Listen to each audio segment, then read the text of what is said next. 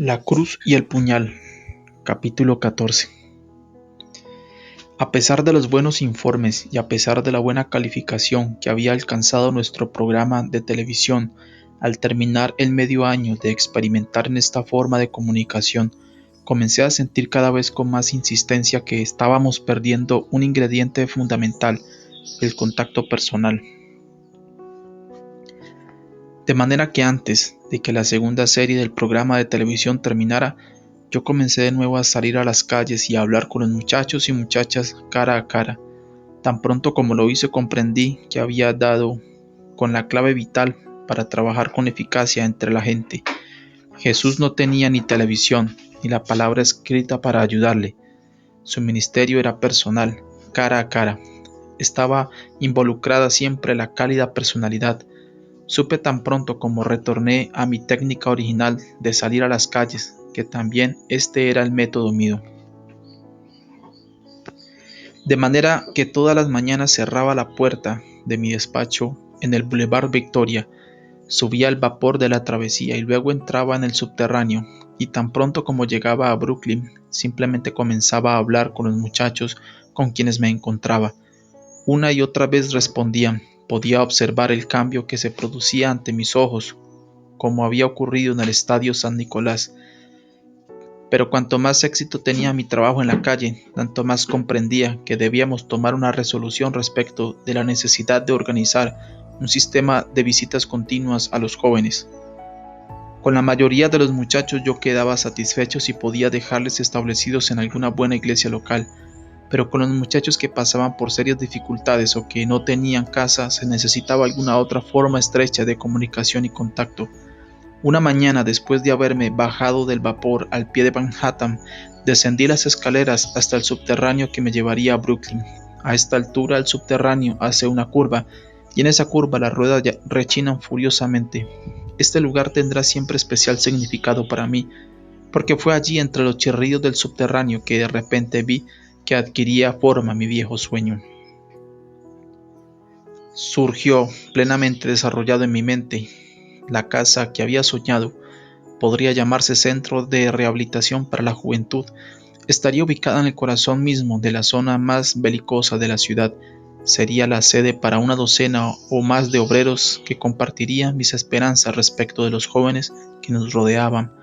Obreros que se darían cuenta del maravilloso potencial y la trágica pérdida de esos jóvenes.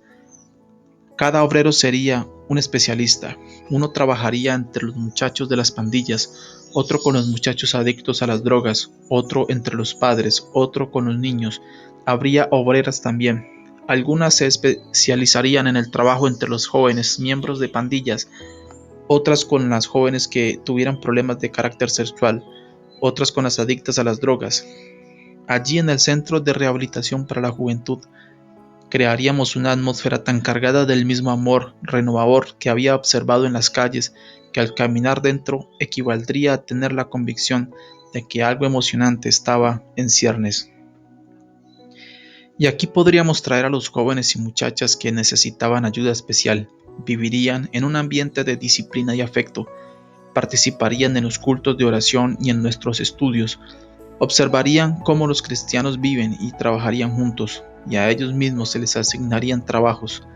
Sería un centro de reclutamiento en donde se les prepararía para la vida del espíritu.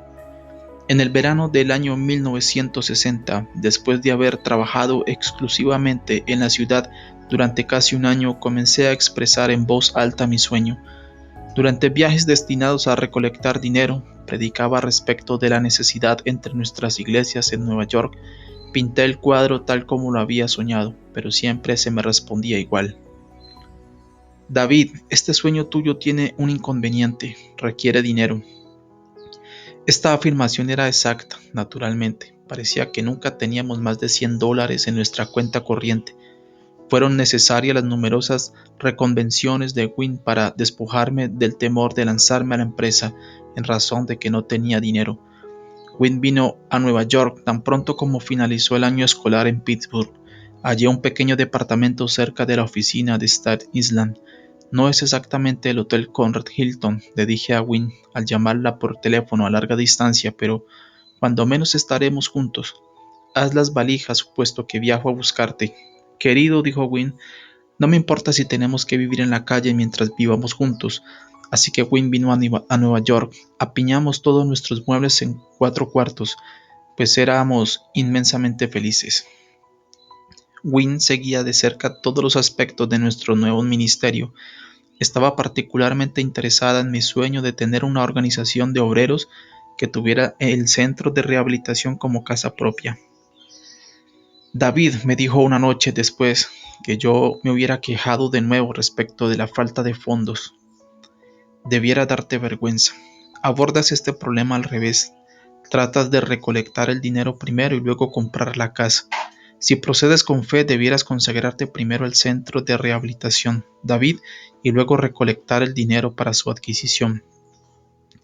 Al principio me pareció que era la forma típica de pensar de una mujer, pero cuanto más meditaba en esta idea, tanto más me hacía recordar historias bíblicas. ¿No era siempre cierto que el hombre tenía que proceder primero con frecuencia mediante un gesto que parecía necio, antes de que Dios realizara portentosos milagros? Moisés tuvo que extender su brazo en dirección al mar antes que sus aguas se dividieran. Josué tuvo que tocar trompetas antes de que cayeran las murallas de Jericó. Quizá yo tuviera que consagrarme a la compra del nuevo centro de rehabilitación antes de que el milagro ocurriera. Me reuní con mi comisión central, que era realmente un nombre pomposo para designar al grupo compuesto por 6 ministros y 3 laicos. Todos ellos hombres de una maravillosa visión espiritual, que estaban interesados en los jóvenes lo suficiente como para dedicar sus horas a nuestra organización. Les hablé de la creciente necesidad de un hogar en donde los miembros de las pandillas y los adictos a las drogas podían reunirse con obreros cristianos. Les hablé respecto de los sentimientos de Win en el sentido de que debíamos comprometernos primero a comprar una propiedad y luego buscar la manera de pagarla. La comisión estaba dispuesta a seguir esa sugerencia. Podemos considerarlo un experimento de fe, sugirió Arturo Graves, uno de los ministros evangélicos que integraban la comisión. A continuación damos la secuencia de acontecimientos que sugirieron de inmediato nuestra decisión. El día 15 de diciembre de 1960, a las 2 de la mañana, mientras me hallaba profundamente absorto en la oración, recibí una nítida y repentina impresión de que había una calle especial en Brooklyn en la cual debíamos investigar. Sabíamos que nuestro hogar debía estar situado cerca del corazón de la perturbada zona de Bedford-Stuyvesant, de manera que habíamos estado haciendo nuestras primeras investigaciones transitorias a lo largo de la calle Fulton, pero ahora acudía al nombre de la avenida Clinton. De inmediato tomé un mapa y localicé la calle. Allí estaba, una línea negra sobre un pedazo de papel, pero tracé un círculo alrededor de ella como si ya estuviera resuelto que iba a ser la futura dirección del centro de rehabilitación. Al día siguiente llamé a varios miembros de la comisión y acordamos que nos reuniríamos en la avenida Clinton para ver qué clase de casas estaban en venta. Antes de salir llamé a Pablo Dilena, nuestro tesorero, y le pregunté cuánto dinero tenía la organización en caja. ¿Por qué?, preguntó Pablo. Bueno, estábamos pensando ver algunas casas en la avenida Clinton. Excelente, dijo Pablo.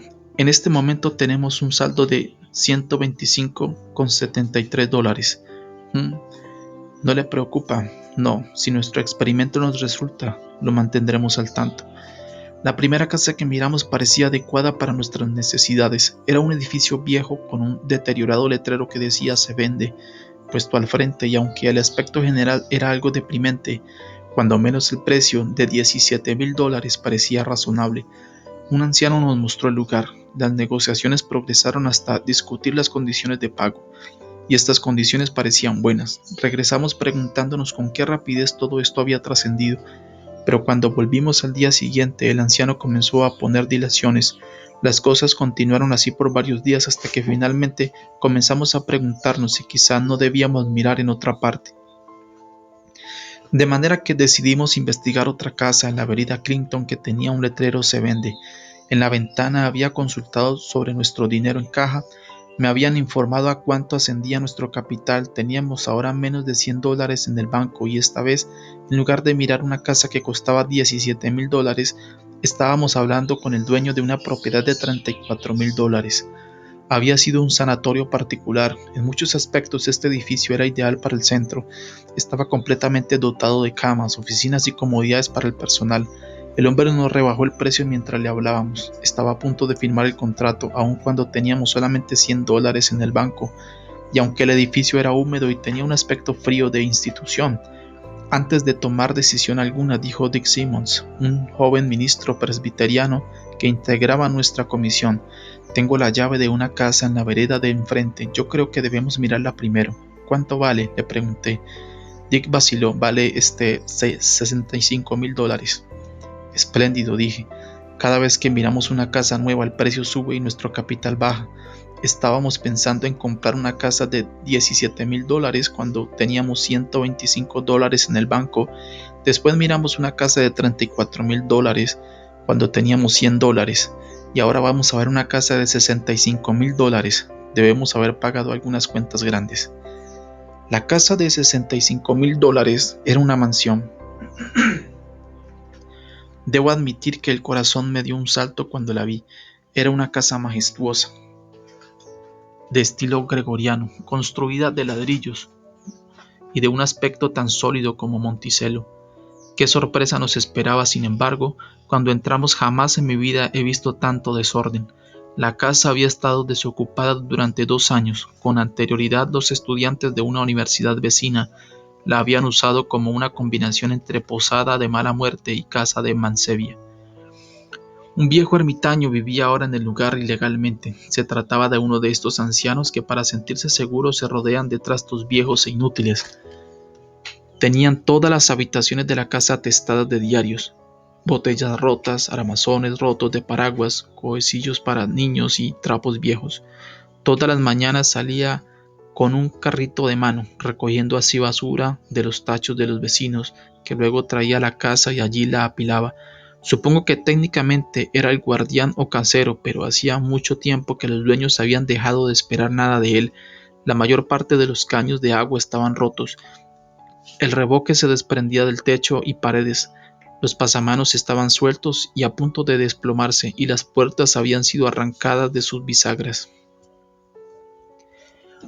Pero al examinar la casa, uno podía darse cuenta de inmediato que esta había sido una mansión realmente espléndida. Tenía el edificio un ascensor particular que iba al segundo piso. Había toda una sección destinada a dormitorio de la servidumbre. El sótano era seco y sólido, así también como las paredes. Recorrimos la casa a través de aquellos tristes escombros silenciosos hasta que de repente, con una voz sonora y alta, casi como si estuviese predicando, Harald Bergsen, el pastor de la iglesia holandesa reformada en Mount Vernon, dijo: este es el lugar que Dios quiere para nosotros. El tono perentorio de su voz tenía la cualidad de profecía. Esa nota de urgencia y de seguridad que se trasuntaba en su voz me acompañó durante los días siguientes, y tuvo mucho que ver, según creo, con la clase de experimento que a continuación hicimos. Cuando Dick Simmons habló con los propietarios al devolver las llaves, les dijo francamente que el precio de $65,000 quizá fuera apropiado para ese edificio en perfectas condiciones, pero habían visto la casa últimamente. Los dueños rebajaron el precio. Dick continuó hablando. Los propietarios bajaron un poco más, antes de que los dueños afirmaran con vehemencia que no rebajarían ni un centavo más. Dick había logrado que rebajaran el precio a $42,000. Y bueno, le dije a Dick, es un gran negocio. Todavía tenemos $100 en el banco. En realidad, según creo, yo no estaba tan ansioso de comprar la propiedad en la avenida Clinton 416. Había tanto trabajo que hacer en el edificio que se necesitarían varias semanas de labor para dejar el edificio habitable. Estaba deseoso de proseguir la labor creadora del centro y no pasar mis horas refaccionando un viejo edificio. Por otra parte, si este edificio iba a ser para nosotros, ¿quién era yo para objetar? Antes de dar otro paso más, quería estar seguro de que procedíamos según la voluntad de Dios, de manera que esa noche, durante mi hora de oración, presenté el asunto ante el Señor. Señor, dije, tú me has ayudado en el pasado a hallar tu voluntad dándome una señal. Pensé en aquella época cuando le pedí a Dios ayuda para decidir si debía aceptar el pastorado en Phillipsburg o no, o si debía vender el televisor o no. Quisiera pedirte permiso, Señor, para hacer otra prueba. Al día siguiente fui a la iglesia Glad Tidings y sostuve una larga conversación con la señora Mary Brown, copastora con Stanley Berg de aquella hermosa iglesia. Discutí con ella de nuevo nuestras necesidades, la razón que nos motivaba a procurar la adquisición de un centro, y le describí el edificio que habíamos encontrado. David, me dijo la señora Brown, esto me parece bien. Si fuera a comprar la casa, ¿cuánto necesitaría de dinero de seña para firmar el contrato de opción dentro de una semana?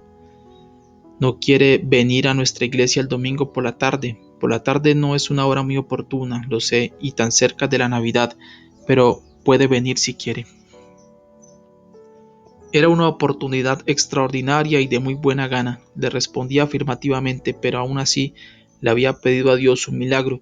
Yo quería saber con seguridad que todo esto figuraba en nuestros planes. Sabía que la suma mayor que la iglesia Glad Tidings había recolectado para las misiones domésticas en un solo culto era $2,000. Necesitábamos más del doble de esa cantidad. Debíamos pagar por adelantado el 10% del valor de la casa, suma que ascendía a $4,200. Pero Señor, dije esa noche en oración, si tú quieres que yo tenga ese edificio, puedes hacérnoslo saber con seguridad, permitiendo que recojamos esa suma en una sola tarde. Esto era difícil en sí, pero como Gedeón hice las cosas más difíciles aún. Y además, Señor, permite que recolecte esos fondos sin tener que mencionar cuánto necesitamos. Hice una pausa y todavía dije, haz que pueda recoger esa suma sin hacer siquiera un pedido, que sea algo que la gente quiera hacer de propio corazón. Bueno, después de haber puesto todas esas condiciones ante el Señor, me sentí algo necio. Era evidente que en realidad no quería adquirir ese edificio cuya limpieza demandaría tanto trabajo, pero había hecho mi oración y esperé lo que ocurriría. Y llegó aquel domingo por la noche. El domingo antes de la Navidad en 1960 prediqué un sermón muy sencillo, en forma deliberada. Traté de que fuera tan desapasionado y concreto como pude. Presenté nuestro problema y nuestras esperanzas y narré las historias de unos pocos muchachos que habíamos ya alcanzado. Al final de aquel servicio religioso dije, amigos, no voy a hacer un llamado emocional. Quiero que esto sea del Espíritu si es que va a hacerse. Él sabe cuánto necesitamos. Me voy a retirar ahora y bajo al subsuelo. Si se le ocurre a alguno darme dinero para esta labor, tendré gusto en verlo. Y así, saliendo por la parte de atrás, bajé al subsuelo, me senté allí, detrás de un viejo púlpito, y comencé a esperar. Jamás me olvidaré del horror de aquellos minutos que pasaban lentamente. Me bañó un sudor frío.